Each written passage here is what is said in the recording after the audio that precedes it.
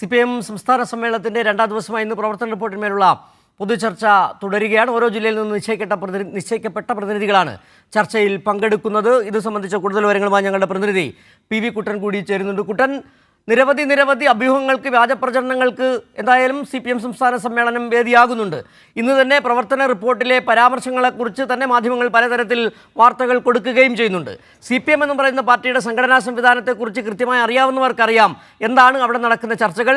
വിമർശനങ്ങൾ സ്വാഭാവികമായി ഉണ്ടാകും, സ്വയം വിമർശനങ്ങളും ഉണ്ടാകും. അത് പാർട്ടിയുടെ കഴിഞ്ഞ 3 വർഷത്തെ പ്രവർത്തനങ്ങളെക്കുറിച്ചാകാം, സർക്കാരിൻ്റെ 3 വർഷത്തെ പ്രവർത്തനങ്ങളെക്കുറിച്ചാകാം, ഇനി മെച്ചപ്പെടുത്തുന്നതിനെക്കുറിച്ച് കാര്യങ്ങൾ ചർച്ചയിൽ വരികയും ചെയ്യും. ഏതായാലും നാളെയോട് കൂടിയാണ് ഈ ചർച്ച പൂർത്തിയാക്കുക. നാളെ പ്രവർത്തന റിപ്പോർട്ടിന്മേലുള്ള ചർച്ചയ്ക്ക് ഗോവിന്ദൻ മാസ്റ്റർ മറുപടി പറയുകയും ചെയ്യും.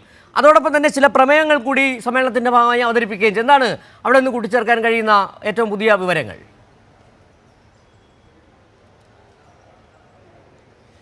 സിജു, ഇപ്പോൾ അല്പസമയം മുമ്പ് CPM സംസ്ഥാന സെക്രട്ടേറിയറ്റ് അംഗം യുവ നേതാവുമായ M സ്വരാജ് കൈരളി ന്യൂസിനോട് സംസാരിച്ചിരുന്നു.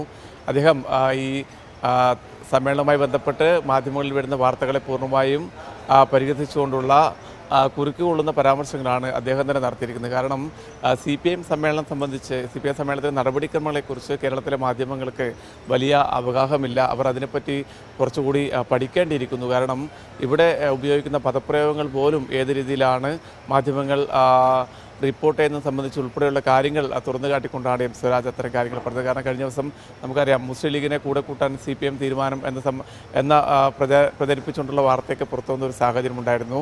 എന്നാൽ ഇവിടെ CPM സമ്മേളനത്തിൽ എടുക്കാത്ത തീരുമാനങ്ങളെക്കുറിച്ച് എടുത്തു എന്ന രീതിയിൽ വാർത്ത വരുന്നു.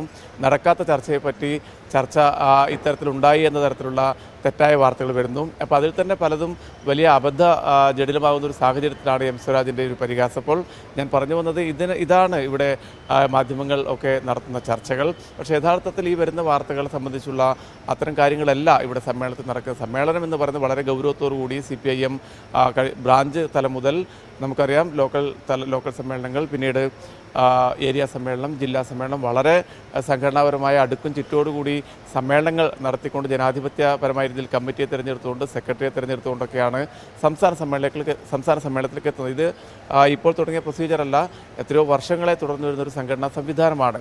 അപ്പോൾ ഇത്തരത്തിൽ ഒരു മാതൃകാപരമായ രീതിയിൽ ഇത്രയും ചിട്ടയോടുകൂടി ഒരു സമ്മേളനം നടത്തുന്നതിന് വേണ്ടി കേരളത്തിൽ ഒരു രാഷ്ട്രീയ പാർട്ടിക്കും അങ്ങനെ ആകുമെന്ന് പ്രതീക്ഷിക്കാനും വയ്യ. നമുക്ക് മറ്റ് കോൺഗ്രസിൻ്റെയൊക്കെ സമ്മേളനങ്ങൾ നമ്മൾ കാണുന്നതാണ്, ഏത് രീതിയിലാണ് സമ്മേളനങ്ങൾ നടക്കുന്നതെന്നും ഏത് രീതിയിലാണ് കമ്മിറ്റികൾ കൂടുന്നതെന്നും അതിലെ തമ്മിലടികളെ പറ്റിയൊക്കെ നിരന്തരമായി നമുക്ക് അറിവുള്ള കാര്യമാണ്. ആ ഒരു പശ്ചാത്തലത്തിലാണ് വളരെ പ്രധാനപ്പെട്ട വിഷയങ്ങൾ ചർച്ച ചെയ്യുന്നതിന് വേണ്ടി ഇവിടെ സമ്മേളനം നടക്കുന്നത്.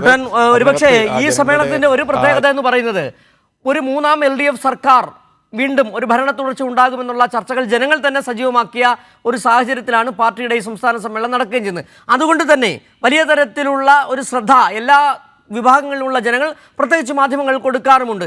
എന്താണ് ഈ പാർട്ടി മുന്നോട്ട് വയ്ക്കാൻ പോകുന്ന പുതിയ നിർദ്ദേശങ്ങൾ, ഈ പുതിയ കേരളത്തെ മുന്നോട്ട് നയിക്കുന്നതിന് വേണ്ടി വെക്കുന്ന നിർദ്ദേശങ്ങൾ എന്താണ്, അതിന് ഒരു രാഷ്ട്രീയ പാർട്ടി എന്ന നിലയിൽ CPM എടുക്കുന്ന തീരുമാനങ്ങൾ എന്താണ്? അതുകൊണ്ട് തന്നെയാകണം ഇത്തരത്തിൽ വ്യാജ പ്രചാരണങ്ങൾ. ഒരുപക്ഷെ നേരത്തെ PV കുട്ടനോട് സ്വരാജ് സംസാരിച്ചപ്പോൾ സൂചിപ്പിച്ച കാര്യങ്ങൾ, ഇവർക്ക് ഒരുപക്ഷെ ഈ പാർട്ടിയെക്കുറിച്ചൊന്നും അറിയില്ല എന്ന് പലരും പറയാറുണ്ട്. അത് ആ രീതിയിൽ തന്നെ നമുക്ക് കണക്കിലെടുക്കുകയും വേണം.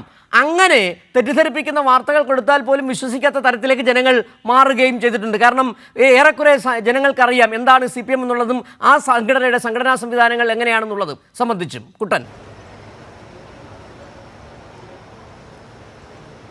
സിജി, സമ്മേളനം അടുക്കുന്നൊരു ഘട്ടത്തിൽ തന്നെ കേരളത്തിൽ തുടർഭരണം, അതായത് 3ാമതും LDF സർക്കാർ അധികാരത്തിൽ വരും എന്നുള്ള രീതിയിലുള്ള വലിയ ചർച്ചകൾ സജീവമായൊരു ഘട്ടം കൂടിയാണ്. LDF സർക്കാരിൻ്റെ വികസന നയങ്ങളെ പ്രകീർത്തിച്ചുകൊണ്ട് മുതിർന്ന കോൺഗ്രസ് നേതാക്കൾ തന്നെ ശശി തരൂരിനെ പോലെയുള്ള ദേശീയ അന്താരാഷ്ട്ര തലത്തിൽ തന്നെ വലിയ രീതിയിൽ പേരുള്ള നേതാക്കൾ തന്നെ രംഗത്ത് വരുന്നൊരു സാഹചര്യമുണ്ട്. അപ്പോൾ സ്വാഭാവികമായും കേരളം മുഴുവൻ അക്കാര്യം ചർച്ച ചെയ്യുന്നുണ്ട്.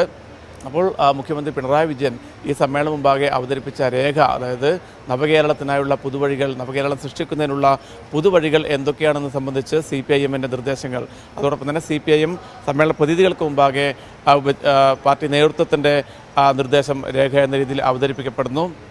അതിനകത്ത് 6 ഭാഗങ്ങളിലായി വളരെ വിശദമായ രേഖ ഇന്നലെ വൈകിട്ട് 1.5 മണിക്കൂർ നേരം എടുത്തുകൊണ്ടാണ് മുഖ്യമന്ത്രി രേഖ സമ്മേളനം മുമ്പാകെ അവതരിപ്പിച്ചത്. അതിന്മേലുള്ള വളരെ വിശദമായ ചർച്ചകൾ നാളെ രാവിലെ മുതൽ വൈകിട്ട് വരെ ഈ നയരേഖ സംബന്ധിച്ച ചർച്ചകൾ തന്നെയാണ് നടക്കുന്നത്. CPM സംസ്ഥാന സമ്മേളനവുമായി ബന്ധപ്പെട്ട വിവരങ്ങൾ നൽകിയത്. പൊതുചർച്ച തുടരുകയാണ്. നാളെ പാർട്ടി സംസ്ഥാന സെക്രട്ടറി MV ഗോവിന്ദൻ മാസ്റ്റർ പ്രവർത്തന റിപ്പോർട്ടിന്മേലുള്ള ചർച്ചയ്ക്ക് മറുപടി പറയും. കുട്ടനാണ് സമഗ്രമായ വിവരങ്ങൾ നൽകിയത്.